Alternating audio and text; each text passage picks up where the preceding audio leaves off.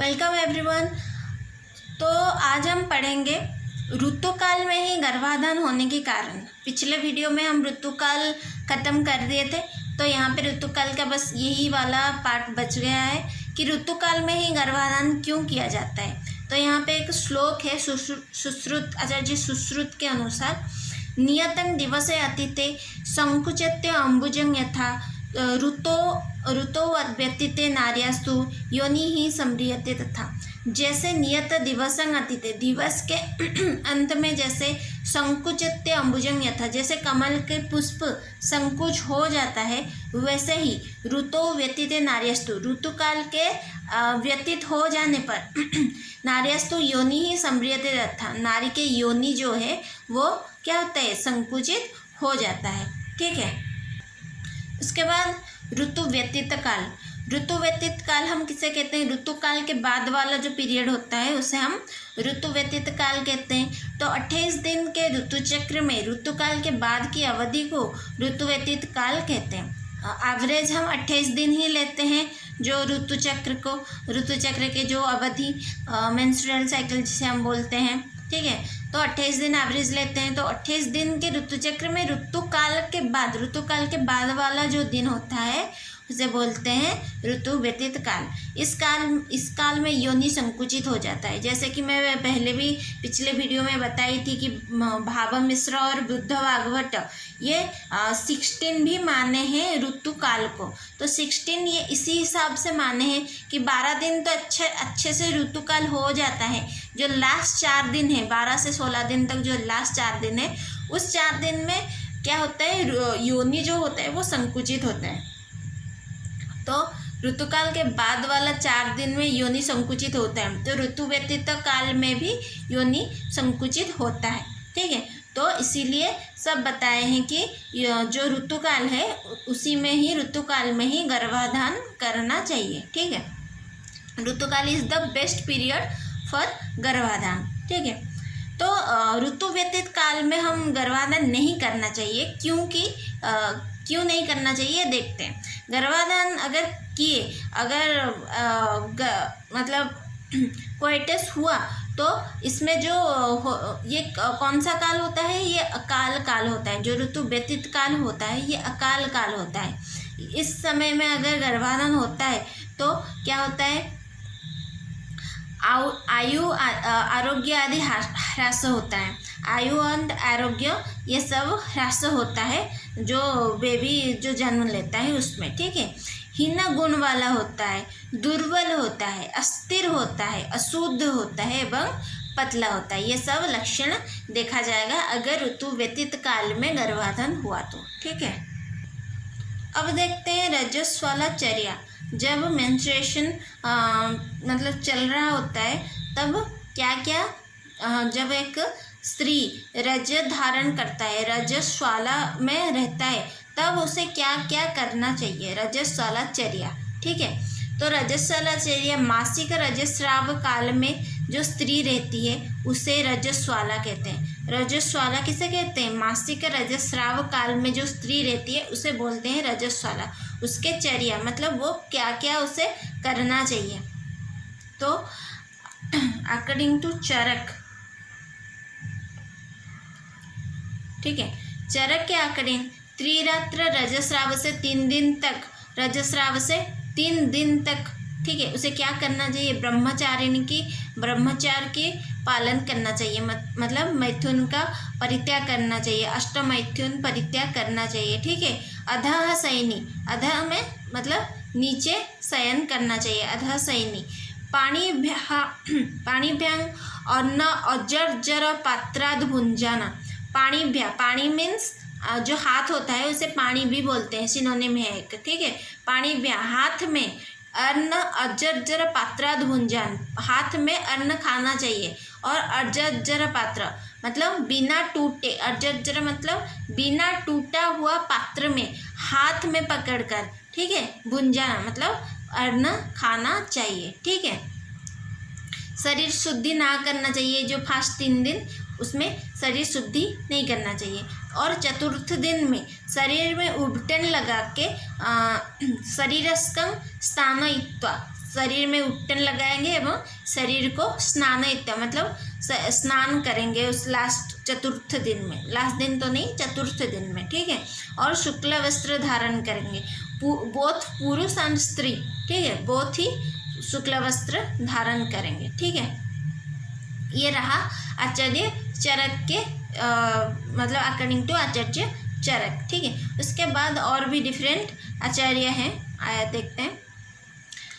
तो आचार्य रजस्वलाचार्य 3 दिन तक, ठीक है, फर्स्ट 3 दिन की बात हम यहाँ पे किए हैं, ठीक है। तो चरक एंड वृद्ध भागवत बोले हैं ब्रह्मचारिणी की पालन करना है 3 दिन तक। भागवत बोले हैं कल्याणध्यायिनी ब्रह्मचारिणी मतलब कल्याणध्यायिनी ब्रह्मचारिणी की पालन करना चाहिए। और कल्याणध्यायिनी मतलब उसे वो एक एक अलंकार दिए हैं, जैसे कि कल्याणधायिनी मतलब रजस्वाला जो है उससे वो भागवत बोले हैं कल्याणधायिनी, ठीक है। उसके बाद यहाँ पे चरक फिर से वो आए हैं कि अधसैनी हम पहले पढ़े, अधसैनी और सुश्रुत भागवत द्वय मतलब बुद्ध भागवत और भागवत दोनों ने बताए हैं दर्भ संस्तर सैनी मतलब दर्भ मतलब वो जो होता है ना मैट टाइप का, जो गांव में जो मैट में सोते हैं, गांव में या शहरों में भी सोते हैं कोई नहीं, दर्भ में होना चाहिए, वो दर्भ में बना होना चाहिए। उस दर्भ में संस्तर सैनी उस दर्भ में सोना चाहिए और नीचे, ठीक है। और सुश्रुत के अनुसार हबिस भोजन करना चाहिए, हबिस के भोजन करना चाहिए, बिना ओनियन गार्लिक वाला भोजन, एक सात्विक आहार भोजन करना चाहिए, ठीक है। और भागवत द्वय ये भी बताए हैं याबक पयसा सिद्ध भोजन। याबक पयसा मीन्स जो यब में जो पया होता है वो उसका भोजन सिद्ध भोजन करना चाहिए। वो जो यबागु होता है पया होता है वो वही पया भोजन करना चाहिए। याबक से बना हुआ पया भोजन करना चाहिए, ठीक है। उसके बाद देखते हैं रजस्वाला में जो जब एक स्त्री रजस्वाला में होती है तो क्या क्या उसे कौन सा कर्म उसे वर्ज्य कर्म, ठीक है। मगर इसका मतलब यह है कि अगर ये जो कर्म है अगर करेगा तो उससे जो गर्भ सृष्टि होगा उसमें क्या क्या विकृति देखा जाएगा, ठीक है। तो रजस्वाला हेतु वर्ज्य कर्म, वर्ज्य सेवन से उत्पन्न गर्भ विकृति, ठीक है, क्या क्या इसे वर्ज्य करना चाहिए। अगर ये वर्ज्य ना की तो ये विकृति देखा जाएगा उसके गर्भ में, मतलब उससे जो पैदा होने वाला जो बच्चा रहेगा उसमें ये विकृति देखा जाएगा, ठीक है। अगर वो दिवा स्वप्न करता है तो उसका बच्चा स्वप्नशील होता है। अगर अंजन लगाता है वो बच्चा अंध होता है। अगर रोदन करता है मतलब ज़्यादा रोता है तो विकृत दृष्टि वाला बच्चा पैदा होता है।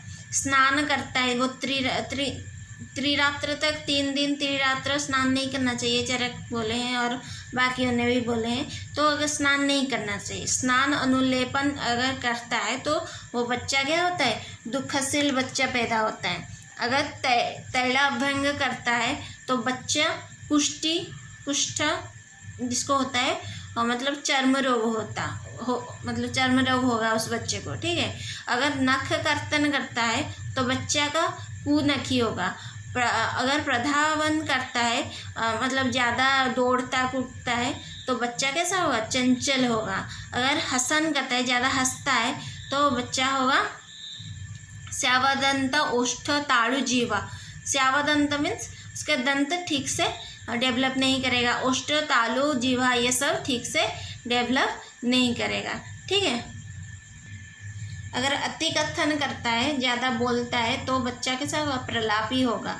अगर अति शब्द श्रवण ज़्यादा करता है तो बच्चा बधिर होगा, मतलब बच्चे को सुनाई नहीं देगा, डिफ जिसे बोलते हैं हम, सुनाई नहीं देगा बच्चे को। अवलेखन अगर करेगा तो बच्चा कैसा खालित्य होगा, बालनेस दिखा जाएगा बच्चे में, ठीक है। अगर मारुत आशय सेवन करता है तो बच्चा होगा उन्मत्त, ठीक है। उसके बाद ऋतुमती। ऋतुमती क्या होता है, जब ऋतु काल खत्म हो जाता है तो रजस्वाला जब ख़त्म हो जाता है, रजस्वाला चर्या व ऋतु काल जब ख़त्म हो जाता है, जब स्त्री स्नान करके शुद्ध हो जाता है, तब हम उस स्त्री को ऋतुमती बोल सकते हैं। तो चरक के द्वारा एक श्लोक दिया गया है यहाँ पे, ये देखिए। गते पुराणे रजसी नवे च अवस्थिते शुद्ध स्नातं स्त्रियं व्यापन्न योनि शोणित गर्भाशयं ऋतुमती च क्षमे। ठीक है, तो गते पुराण रजसी, जो पुरान रजस, जो मतलब जो पहले जो रज रह गया है, गते पुराने रजसी, वो चला जाता है। जब वो चला जाता है मतलब ओल्ड रज जब चला जाता है मेंस्ट्रुअल फ्लो में, जब वो जो बचा हुआ जो मतलब जो रज रह गया है वो उस जाने के बाद नवे च अवस्थित है, तब क्या होता है, नया रज स्थापित होता है। जैसे हम बोले हैं एंडोमेट्रियम सेडिंग होने के बाद नया एंडोमेट्रियम रह जाता है, उसी तरह का बोले हैं नवे च अवस्थित, नया रज जब स्थापित होता है।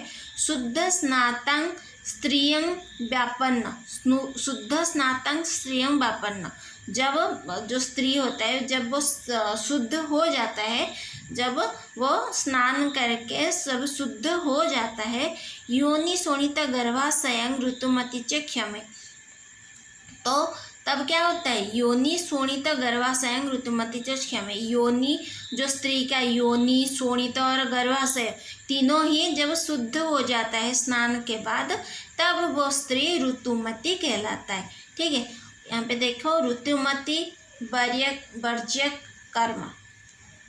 ठीक है, ऋतुमती के द्वारा क्या क्या कर्म वर्ज्य किया गया है। वर्ज्य श्यारा कर्म, श्यारा प्रयोग नहीं करना चाहिए। ठीक है, बमन कर्म भी निषेध है, काश्यप के मतलब काश्यप बोले हैं बमन कर्म निषेध है।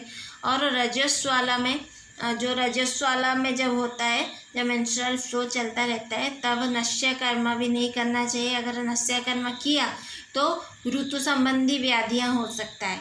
ठीक है, और उसके बाद आता है ऋतुमती। ऋतुमती के टाइम मतलब जब वो शुद्ध होकर स्नान करके, ऋतु काल के बाद जब स्नान करके शुद्ध होकर आ जाती है, तब ऋतुमती काल में अगर वो नश्य करता है तो योनि शोष होता है, योनि में मतलब वाजाइना रीजन में ड्राइनेस होता है। ठीक है, तो रजो विज्ञान यहाँ पे ख़त्म हुआ।